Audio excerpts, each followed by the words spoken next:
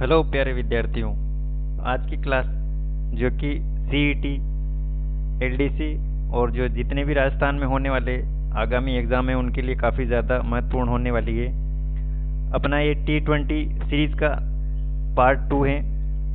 एक अपन ने कल अपलोड कर दिए हैं और ये आज दूसरा सॉल्व करने वाले हैं। अगर वीडियो पसंद आए तो चैनल को सब्सक्राइब कर लेना, ताकि सीईटी एग्ज़ाम आते आते अपन सारे जो जितने भी क्वेश्चन बनने वाले हैं इम्पोर्टेंट उनको सॉल्व करने वाले हैं। तो अपन शुरू करते हैं आज के सेशन को पहले प्रश्न के साथ। देखो, एक तरफ दे रखी है सूची 1 और सूची 2, तो इन दोनों का क्या करना है, मिलान करना है। तो देखो, एक गुण भाषा, ये किसकी रचना है, यह किसके द्वारा लिखा है, तो गुण भाषा है वो दोस्तों हो जाएगा हेम कवि की।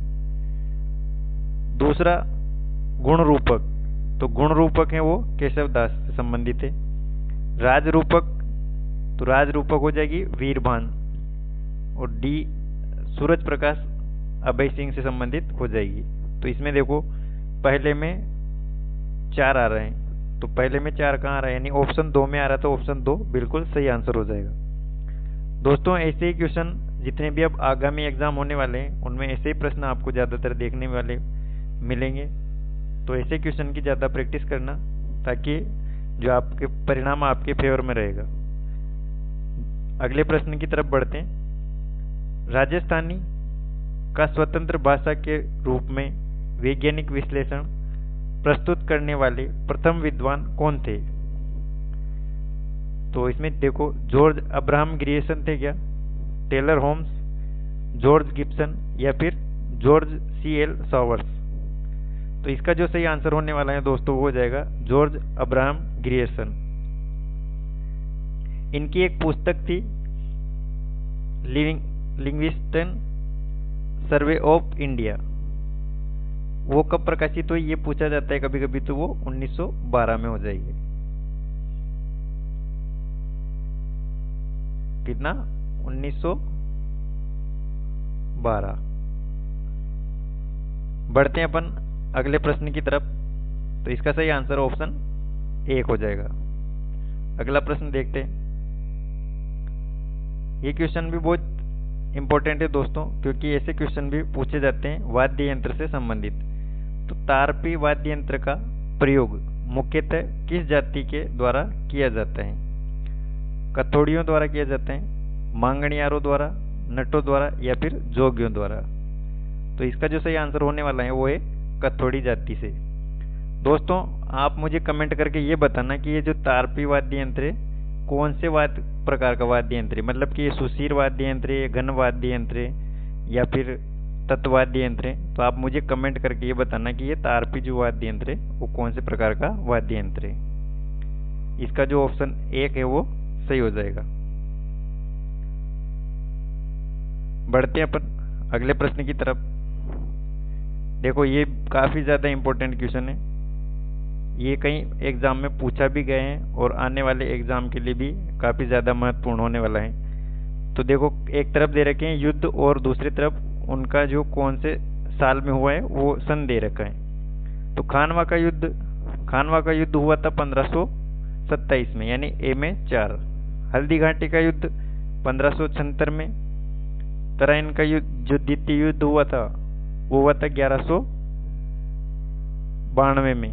अगर पहला पूछा जाए तो 1191, यानी पहला वाला 1191 में हुआ था और दूसरा वाला हुआ था 92 में। और तीसरा वाला पूछा जाए तो पानीपत का तीसरा युद्ध तो हो जाएगा ऑप्शन, ये देखो इसमें 1 नंबर आ जाएगा 1761 में। अब देखो, खानवा यानी चौथा, पहले में 4 कहाँ आ रहा है, तो इसमें देखो पहले में 4 कहाँ आ रहा है, तो ऑप्शन में देखो पहले वाले में इसमें नहीं आ रहा, मतलब ये कट गया। दूसरे में नहीं आ रहा, इसमें ये बचा 1, 2 और 4 ऑप्शन, तो इसमें भी 4 आ रहा है, इसमें भी 4 आ रहा है। अब दूसरे वाले में देखो हल्दी घाटी युद्ध है वो कब हुआ था, 1576 में। तो दूसरे में बी में दूसरा कहाँ है, तो ये वाला इसमें हो गया। तो ऑप्शन 2 इसका बिल्कुल सही आंसर हो जाएगा। दोस्तों क्वेश्चन के जो ऑप्शन रहते हैं उनको एलिमिनेट करना भी आना चाहिए, ताकि जो क्वेश्चन है इजी सोल्व हो जाएगा। जैसे पहले वाले में 4 आ रहा तो फटाक से 2 तो ऐसे कट जाएंगे, बचे 2, दूसरे वाले में देख लो, दूसरे वाले में ये आ रहा है, तो फट से ये ऑप्शन 2 सही हो जाएगा। बढ़ते हैं अपन अगले प्रश्न की तरफ। ये अपना जीके T20 सीरीज का दूसरा पार्ट है। एक अपन ने कल अपलोड किया था। तो आज के ये 20 महत्वपूर्ण प्रश्न जो आगामी एग्जाम के लिए काफी ज्यादा महत्वपूर्ण होने वाले हैं। देखते हैं अपन अगला प्रश्न। कंदोरा, कंदोरा पहना जाता है, यानी कंदोरा ये क्या है? आभूषण है। तो ये कहाँ पहना जाते हैं? तो पुरुषों द्वारा सिर पर क्या? तो ये तो नहीं होगा।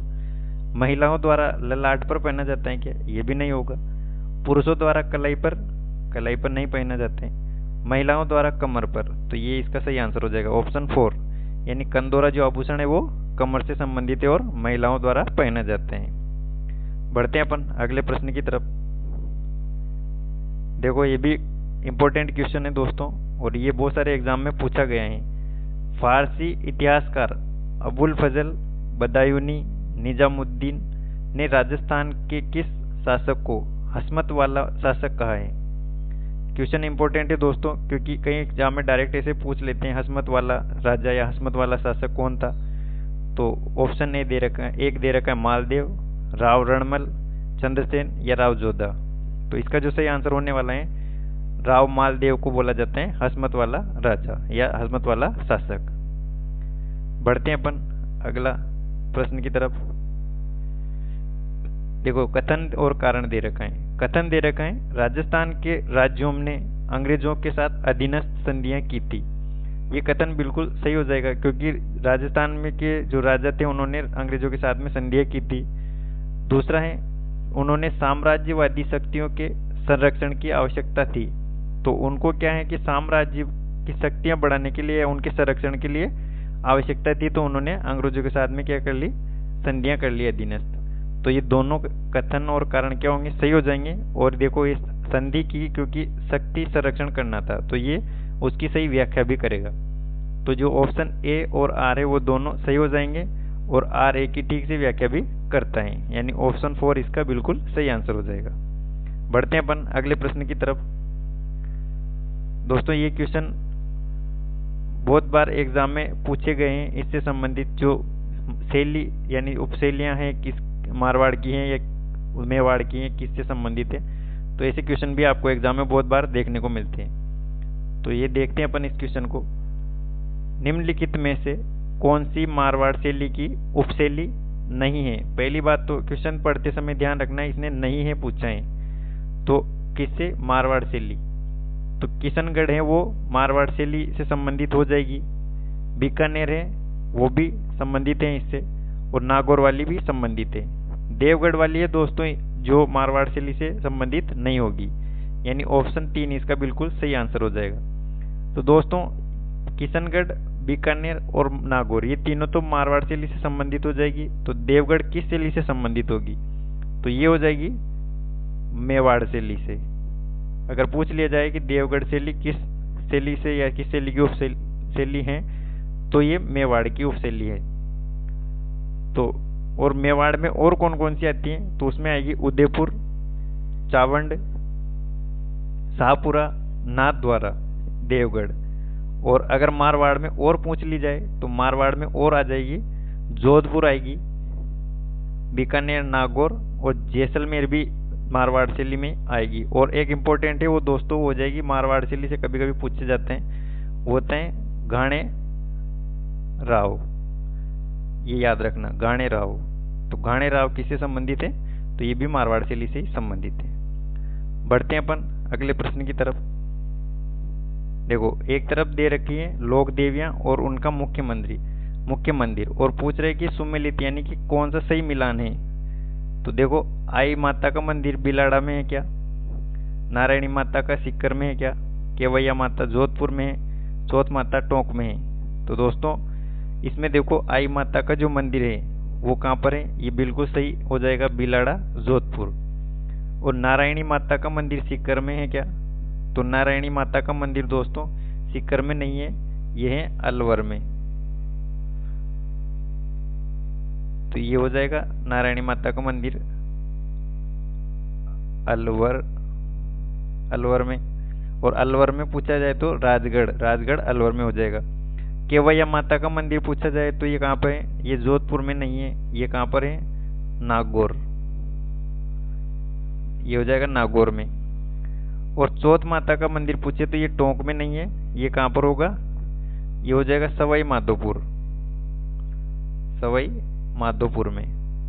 और अगर सवाई माधोपुर में कहाँ है तो चौथ का बरवाड़ा है वो सवाई माधोपुर में हो जाएगा। और अगर केवैया माता पूछ लिया जाए तो किन्सरिया नागौर में। तो ये याद रखना, किन्सरिया नागौर में केवैया माता। बरवाड़ा का जो चौथ का बरवाड़ा है वहाँ पर सवाई माधोपुर में चौथ माता। नारायणी माता का मंदिर है वो राजगढ़ अलवर में।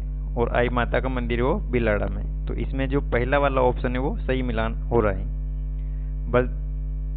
बढ़ते अपन अगले प्रश्न की तरफ। प्राग ऐतिहासिक काल की बागोर सभ्यता के अवशेष कोठारी नदी के तट पर किस स्थान से प्राप्त हुए? तो ओजियाना से हुए क्या, रंगमहल, महासतिया या फिर नलियासर? तो इसमें जो सही आंसर होने वाला है दोस्तों वो 3 नंबर महासतिया इसका सही आंसर हो जाएगा। और बागोर सभ्यता के बारे में कुछ बातें बता देता हूँ दोस्तों कि बागोर सभ्यता है तो बागोर सभ्यता से संबंधित जो इम्पोर्टेंट प्रश्न पूछा जाते हैं तो एक क्वेश्चन तो ये बनता है कि जो सबसे प्राचीन सभ्यता है जहाँ पर क्या है पशुपालन के साक्ष्य मिले। तो ये याद रखना कि जो पशुपालन से संबंधित जो साक्ष्य मिले थे, पशुपालन, तो वो कहाँ मिले थे? बागोर। पशुपालन सबसे प्राचीन जो साक्ष्य मिले थे पशुपालन के तो वो हो जाएगा बागोर सभ्यता। अगर पूछ लिया जाए कि इसकी खोज किसने की तो इसकी खोज की थी वीएन मिश्र ने। इसकी खोज किसने की थी तो वीएन मिश्र हो जाएगा। और इनके साथ में कौन थे तो डॉक्टर एलएस लेस्विक उनका नाम भी आता है। और इसके बारे में पूछ लिया जाए कि ये कब खोजी गई तो 1967 से 69। ठीक है, चलो बढ़ते हैं अपन अगले प्रश्न की तरफ। ख्वाजा मोइनुद्दीन चिश्ती के गुरु का नाम बताइए। यानी ख्वाजा मोइनुद्दीन चिश्ती की दरगाह कहाँ है? ये क्वेश्चन बहुत बार पूछा जाता है, तो अजमेर में।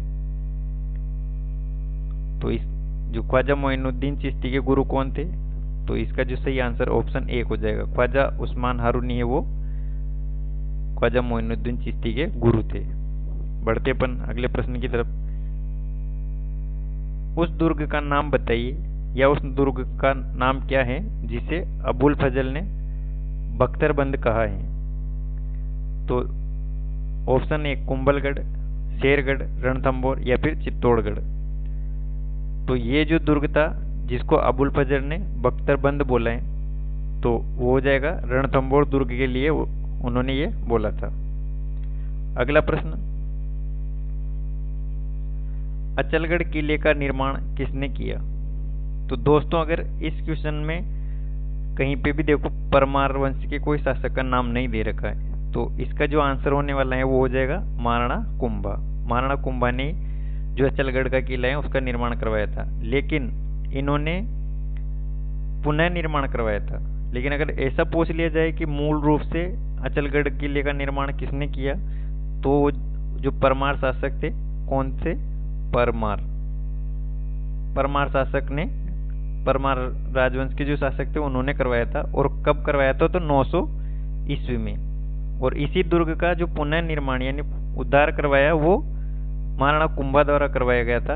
और ये कब करवाया था तो ये हो जाएगा लगभग 1452 ईस्वी में। तो इसका सही आंसर हो जाएगा महाराणा कुंभा। बढ़ते हैं अपन अगले प्रश्न की तरफ। ये क्वेश्चन भी इंपॉर्टेंट है दोस्तों। देखो कभी ऐसे क्वेश्चन सिंगल वाले भी हैं तो उसको याद रखना है, क्योंकि कभी कभी क्या है ना कुछ युद्ध दिए जाते हैं और उनको क्या मिलान करवा लिया जाते हैं। तो अगर सिंगल में भी याद रहेगा और ये मिलान वाले में दे दिया तो वहां भी सोल्व कर सकते हैं अपन। तो इस क्वेश्चन का आंसर देखते हैं। गिरी सुमेल का युद्ध किस वर्ष में लड़ा गया था? 1540, 1544, 1542 या फिर 1541? तो इसका जो सही आंसर होने वाला है वो 1542 44, यानी कि दूसरा इसका सही आंसर हो जाएगा। और सुमेल, गिरी सुमेल पूछा जाए तो ये कहाँ पर है, तो ये जेतारण पाली राजस्थान में हो जाएगा। ठीक है, जेतारण पाली में। और अगर इसके बारे में और बताऊं तो ये युद्ध किस किस के बीच में लड़ा था, तो ये लड़ा था शेरशाह सूरी और उस जो राजा राव मालदेव थे उनके बीच में ये युद्ध लड़ा था। और इसी युद्ध के दौरान जो शेरशाह सूरी ने क्या बोला था कि मैं मुट्ठी भर बाजरे के लिए अपनी बादशाह खो देता था, तो इसी युद्ध के बाद में उन्होंने बोला था। बढ़ते हैं अपन अगले प्रश्न की तरफ। निम्नलिखित में से कौन सा सुमेलित नहीं है? एक तरफ दे रखा है महल, एक तरफ दे रखा है स्थान। तो बादल विलास जैसलमेर में है क्या? लालगढ़ महल बीकानेर से संबंधित है। जूनागढ़ महल डूंगरपुर, फूलसागर महल उदयपुर। तो दोस्तों इसमें जो बादल विलास है वो जैसलमेर में, ये बिल्कुल सही है। लालगढ़ महल बीकानेर में है, बिल्कुल सही है। जूनागढ़ है वो डूंगरपुर में है, बिल्कुल सही है। लेकिन दोस्तों चौथा वाला जो दे रखा है वो गलत है। जो फूलसागर महल उदयपुर में नहीं है, ये कहाँ पर है, तो ये हो जाएगा बूंदी में। तो ये याद रखना है, इंपॉर्टेंट क्वेश्चन है दोस्तों। ऐसे क्वेश्चन ज़्यादा पूछे जाते हैं मिलान वाले। बढ़ते हैं अपन अगले प्रश्न की तरफ। देखो कुछ इसमें जो जनरल साइंस के क्वेश्चन भी ऐड किए हैं जो एग्जाम में पूछे जाते हैं बहुत बार। तो इसमें देखो बैरोमीटर का संबंध किससे आता है, तो वायु दाब जो मापन के लिए बैरोमीटर का यूज किया जाता है। हाइड्रोमीटर से आपेक्षिक घनत्व मापा जाता है और स्पिग्नोमेनोमीटर से रक्तदाब या रक्तचाप मापा जाता है। तो ऑप्शन 1 2 3 यानी 1 2 3 यानी ऑप्शन ए इसका बिल्कुल सही आंसर हो जाएगा। इंपॉर्टेंट क्वेश्चन है दोस्तों, ये कभी कभी डायरेक्ट ऐसे भी पूछ लिए जाते हैं एग्जाम में कि कौन से यंत्र द्वारा वायुदाब मापा जाते हैं। तो आप फटाक से करके आ जाओगे कि ये बैरोमीटर से। या फिर आपेक्षिक घनत्व किसके द्वारा मापा जाते हैं, तो हाइड्रोमीटर से। फिर अगर रक्तचाप तो फिर स्पिग्नोमेनोमीटर से। ठीक है, बढ़ते अपन अगले प्रश्न की तरफ। देखो ये क्वेश्चन भी इंपॉर्टेंट है दोस्तों। साइंस के जो जनरल साइंस के क्वेश्चन आते हैं वो ऐसे क्वेश्चन पूछे जाएंगे अभी। तो कौन सा अंग दे रखा है और उसका क्या कार्य है, तो ये क्वेश्चन बहुत बार एग्जाम में पूछा गया है कि पित्त का निर्माण किस में होता है, तो उसका आंसर होता है दोस्तों यकृत। रक्त का शोधन कहाँ होता है, तो वो वृक्क में। और गैसीय विनिमय कहाँ होता है, तो वो फेफड़ों से संबंधित है। तो अभी देखो मिलान कर दो, यकृत पित्त निर्माण करता है, वृक्क से रक्त शोधन होता है, फेफड़ा होता है वो गैसीय विनिमय। तो ए में 2 कहाँ आ रहा है, 2 जगह आ रहा है, 2 कट गया। देखो या तो ये होगा या ये होगा। बी में 1 कहाँ आ रहा है, तो 1 में बी में यहाँ आ रहा है। तो ऑप्शन ए इसका बिल्कुल सही आंसर होने वाला है। दोस्तों अगर इसको इंग्लिश में देखो तो इसको लीवर को बोला जाता है। लीवर को यकृत, किडनी यानी वृक्क और लंग्स यानी फेफड़ा। तो ये तीनों इंग्लिश में लंग्स, इस फेफड़े को बोलते हैं लंग्स, किडनी और लीवर। बढ़ते हैं अपन अगले प्रश्न की तरफ।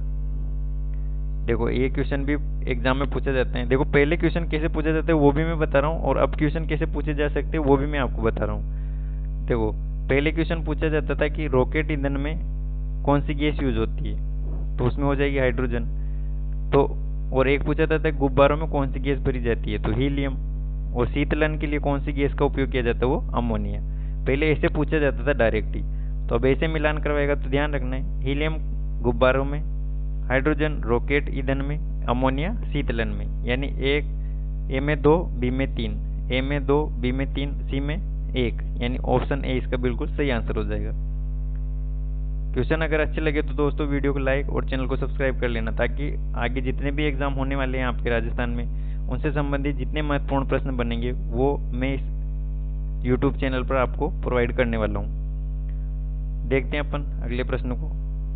चित्तौड़ दुर्ग का संबंध किससे है, तो चित्तौड़ दुर्ग में विजय स्तंभ है।